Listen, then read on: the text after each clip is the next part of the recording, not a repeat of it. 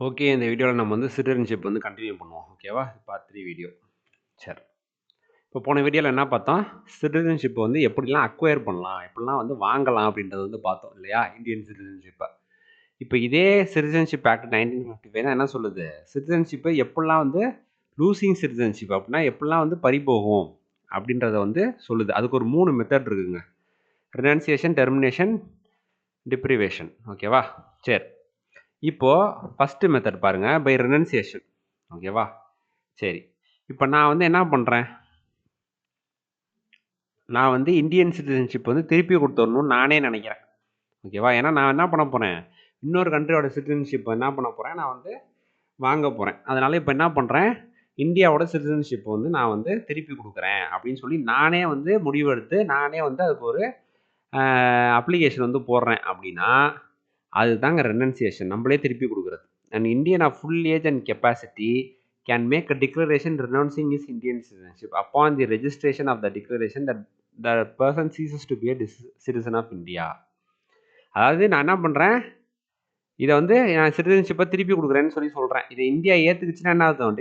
Declare பண்ணிடுச்சு அப்படின்னா, அந்த டைம்லேருந்து அந்த எப்ப டிக்ளேர் பண்றாங்களோ, அந்த டைம்லேருந்து நான் சிட்டிசன் ஆஃப் இந்தியாவா நான் வந்து இருக்க மாட்டேன்.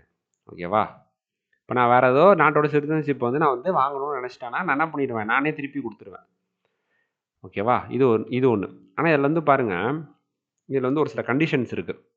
However if such a declaration is made during a war. இப்போ இந்தியாவும் வந்து இன்னொரு நாடு வந்து வார்ல இருக்கு. ஓகேவா? அப்ப அந்த டைம்ல நான் என்ன பண்றேன்? இப்போ வந்து என்னோட சிட்டிசன்ஷிப் வந்து நான் வந்து திருப்பி குடுக்குறேன். அப்படின்னா என்ன பண்ணிடுவாங்க? சென்ட்ரல் கவர்மெண்ட் அத வந்து வித்ஹெல்ட் பண்ணிடுவாங்க. ஓகேவா? என்ன பண்ணிடுவாங்க? வித்ஹெல்ட் பண்ணிடுவாங்கன்னா என்னது? ஹோல்டுல போட்டுருவாங்க. ஓகேவா? ஹோல்ட்ல போட்டுருவாங்க. இல்லைன்னா ஏத்துக்க மாட்டாங்க. ஓகேவா? ஏன் ஏத்துக்க மாட்டாங்க? அப்படின்னு கேட்டீங்கன்னா, இப்போ நான் ஃபார் எக்ஸாம்பிள் இப்போ இந்தியாவும் இன்னொரு நாடும் வந்து போர்ல இருக்குங்க. ஓகேவா? இப்போ இந்தியா வந்து தோக்குற மாரி இருக்கு. இப்போ நான் என்ன பண்ணுவேன்? ஐய்யய்யோ! என்னடா இந்தியா தோக்குற மாரி இருக்கு அப்படின்னு சொல்லிட்டு, ஒருவேளை அவங்க நம்ம நாட்ட புடிச்சுருவாங்களா அப்படின்னு சொல்லிட்டு, இல்லங்க நான் எங்க சிட்டிசன்ஷிப் வந்து ரெனவுன்ஸ் பண்றேங்க. அப்படின்னு சொல்லி இப்போ நான் வந்து அப்ளிகேஷன் போடுறேன்னு வச்சுக்கோங்க. இப்போ இந்தியா அத அக்செப்ட் பண்ணுமா? அப்படின்னா அக்செப்ட் பண்ணாது. நீ செத்தாலும் எங்களோட சேர்ந்து தான் சாவணும். அவ்வளோதான். ஸோ அதனால என்ன பண்ணிடுவாங்க? வித்ஹெல்ட் பண்ணிடுவாங்க சென்ட்ரல் கவர்மெண்ட்டு. ஓகேவா? இந்த மாரி டைம்ல, வார்ல இருக்க டைம்ல. மத்த டைம்லலாம் அக்செப்ட் பண்ணிக்குவாங்க. சரிங்களா? சரி. இப்ப என்ன ஆகுது அப்படின்னு பார்த்தீங்கன்னா, இப்ப இதே மாரி என்ன பண்ணிடுறேன், இப்ப எனக்கு வந்து குழந்தைகள்லாம் இருக்காங்க. சரியா? இப்ப நான் என்ன பண்றேன், நானும் என் ஒய்ஃப் என்ன பண்றோம், இந்தியன் சிட்டிசன்ஷிப் வந்து நாங்க வந்து ரெனவுன்ஸ் பண்றோம். நாங்க வந்து திருப்பி குடுக்குறோம் அப்படின்னு சொல்லி சொல்ட்டோம். அப்படின்னா, இப்ப எங்களுக்கு வந்து மைனர் சைல்டு இருக்காங்களா, குழந்தைகள்லாம் இருக்காங்களா, அவங்களுக்கும் அந்த சிட்டிசன்ஷிப் வந்து போயிரும். இந்தியன் சிட்டிசன்ஷிப் வந்து என்னாது, அவங்களுக்கும் கேன்சல் ஆயிரும்.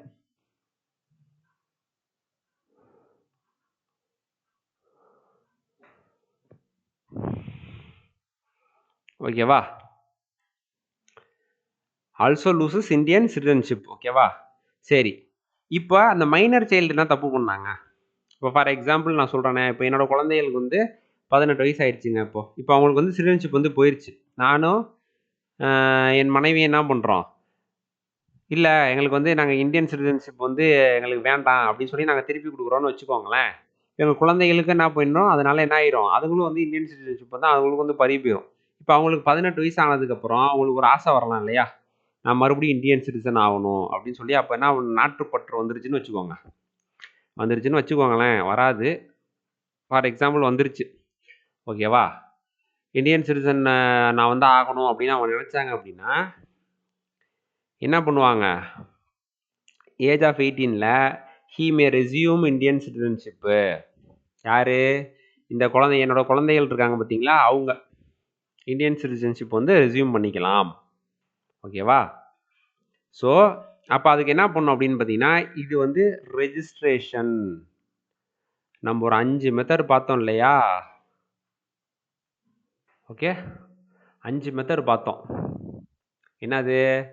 By birth, by descent, by registration, naturalisation, அப்புறம் இன்கார்பரேஷன் ஆஃப் டெரிட்டரி அப்படின்னு சொல்லி பார்த்தோம்ல. அதில் ரெஜிஸ்ட்ரேஷன் நான் அப்பயே சொன்னேன்னா போன வீடியோலயே, அதில் நிறைய மெத்தட்ஸ் இருக்குங்க அப்படின்னு சொல்லலாம். அதில் இது ஒரு மெத்தட். இந்த இந்த 18 வயசு கீழே இருக்காங்க இல்லையா, இந்த குழந்தைகள் வந்து மறுபடியும் வந்து அவங்க அப்பா அம்மா வந்து சிட்டிசன்ஷிப் வந்து விட்டுட்டாங்க அப்படின்னா, அதனால அவங்களுக்கும் பறி போயிருச்சு. 18 வயசுக்கு மேலே அவங்களுக்கு திடீர்னு ஒரு தேசப்பற்று வருது.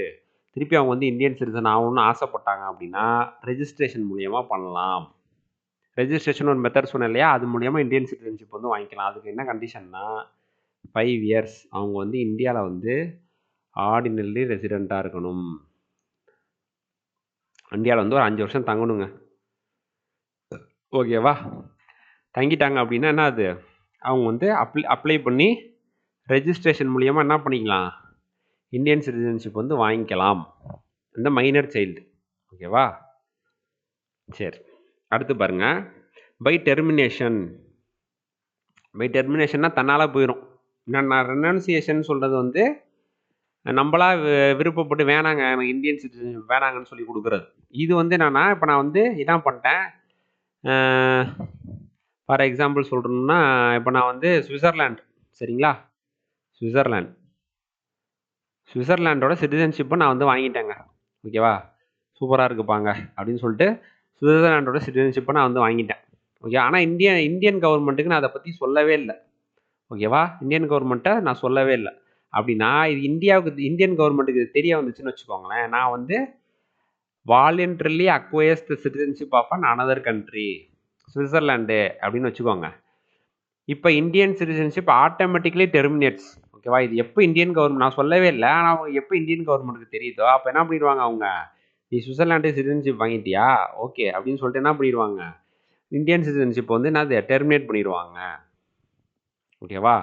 however does not apply during a war in which India is engaged. போன இதில் சொன்னல அதே கண்டிஷன் தாங்க இங்கேயும். ஓகேவா? சரி, அடுத்து பாருங்க. By deprivation. டெப்ரிவேஷன் என்னது, இதில் கொஞ்சம் கண்டிஷன்ஸ் இருக்குது பார்த்தீங்களா. அது citizen has obtain the citizenship by fraud. நீங்கள் பாருங்களேன், இந்த டெப்ரிவேஷன் நம்ம கண்டிஷன்ஸை பார்க்கறதுக்கு முன்னாடி இது வந்து 2 மெத்தடில் வந்து சிட்டிசன்ஷிப் அப்ளை பண்ணுறவங்களுக்கு மட்டும் வாங்குறவங்களுக்கு மட்டும்தான் அது அப்ளை ஆகும். என்னன்னு கேட்டிங்கன்னா, ஒன்று வந்து ரெஜிஸ்ட்ரேஷன் மூலியமாக வாங்குறாங்க இல்லையா, நம்ம மெத்தட்ஸ் பார்த்தோம் இல்லையா, இன்னொன்று வந்து நேச்சுரலைசேஷன்.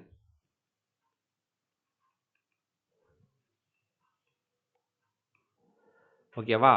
இந்த 2 மெத்தட் மூலியமாக இந்தியன் சிட்டிசன் ஆகிருப்பாங்கல்ல, இந்தியன் சிட்டிசன்ஷிப் வந்து வாங்கியிருப்பாங்கல்ல,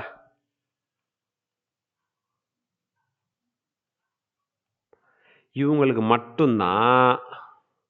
ஓகேவா? இவங்களுக்கு மட்டும்தான் இந்த மூணாவது இந்த கண்டிஷன் வந்து இவங்களுக்கு மட்டும்தான் என்னது பொருந்தும். இப்போ டெர்மினேஷன் ரெனன்சியேஷன்லாம் அது by birth by descent incorporation of territory வாங்கினாங்க இல்லையா, அவங்களுக்குலாம் இந்த மெத்தட் பை டெர்மினேஷனும் பை ரெனன்சியேஷனும் இது ரெண்டுலேயும் போயிடும். ஆனால் அந்த ரெஜிஸ்ட்ரேஷன் நேச்சுரலைசேஷன் மூலியமாக வாங்குறாங்களே இந்தியன் சிட்டிசன்ஷிப்பு, அவங்களுக்கு மட்டும் தான் இந்த டெப்ரிவேஷன் அப்படின்ற விஷயம் வந்து இருக்கு.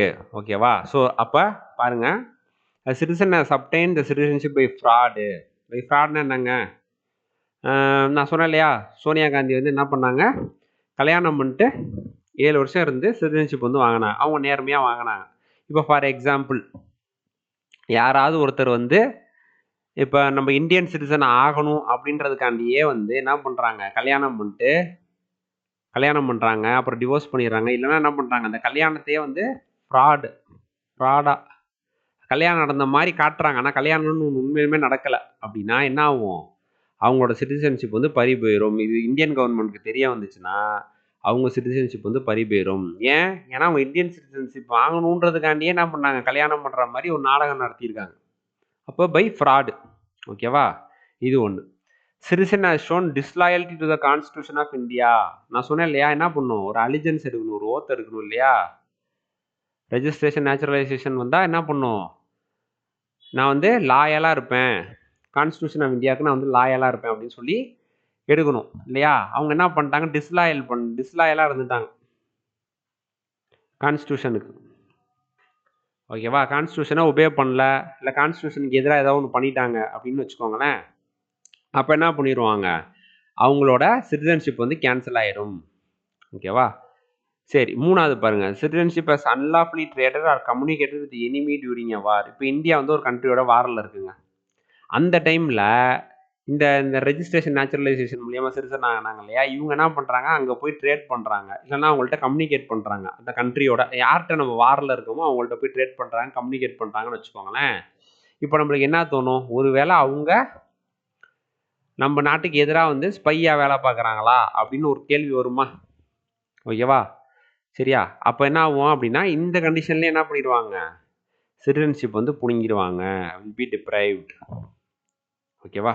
சரி, அடுத்து பாருங்க, citizen has within 5 years after registration or naturalisation. நான் சொன்னேன் இல்லையா, ரெஜிஸ்ட்ரேஷன் நேச்சுரலைசேஷன் எல்லா கண்டிஷனுமே வந்து என்ன ஆகுது, அப்ளை ஆகுது. டிப்ரிவேஷன்றதே அதுக்கு தான்.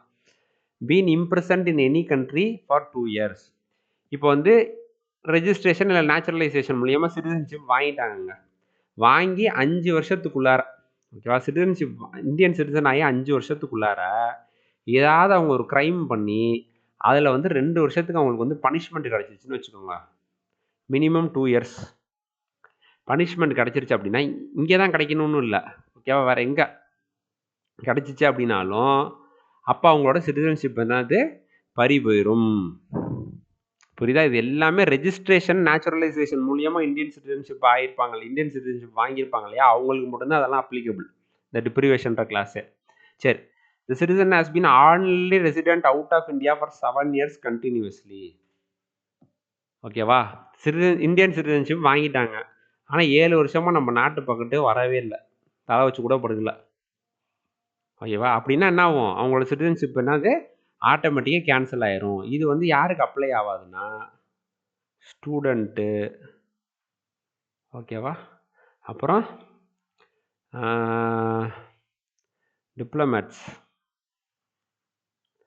ஃபாரின் கண்ட்ரிஸில் வேலை பார்ப்பாங்க இல்லையா, அவங்க நம்ம இந்தியன் டிப்ளமேட்ஸ், ஓகேவா, அவங்களுக்கும் ஸ்டூடெண்ட்ஸ் இருப்பாங்க இல்லையா, அவங்க வெளிநாட்டில் படிச்சுக்கிட்டு இருப்பாங்க ரொம்ப வருஷமாக, பிஹெச்டி அது மாதிரி ஏதாவது பண்ணிக்கிட்டு இருப்பாங்க, அவங்க 2 பேத்துக்கும் இந்த கண்டிஷன், இந்த 7 இயர்ஸ்ன்ற கண்டிஷன் வந்து அப்ளிகபிள் ஆகாது. இவங்க வந்து எக்ஸப்ஷனல். இதில் வந்து இவங்க வந்து எக்ஸப்ஷன். ஓகேவா? சரியா? இப்போ புரிஞ்சிச்சுங்களா உங்களுக்கு? என்னென்ன மெத்தடு, ரெனன்சியேஷனு, இன்னொன்று வந்து டெர்மினேஷன், இன்னொன்று வந்து டிப்ரிவேஷன். இந்த டிப்ரிவேஷன் மட்டும் என்னது, ரெஜிஸ்ட்ரேஷன் நேச்சுரலைசேஷன் மூலியமாக இந்தியன் சிட்டிசன் ஆனவங்களுக்கு இது வந்து டிப்ரிவேஷன். மீதி ரெண்டுமே என்னது மற்ற எல்லாருக்குமே வரும். ஓகேவா?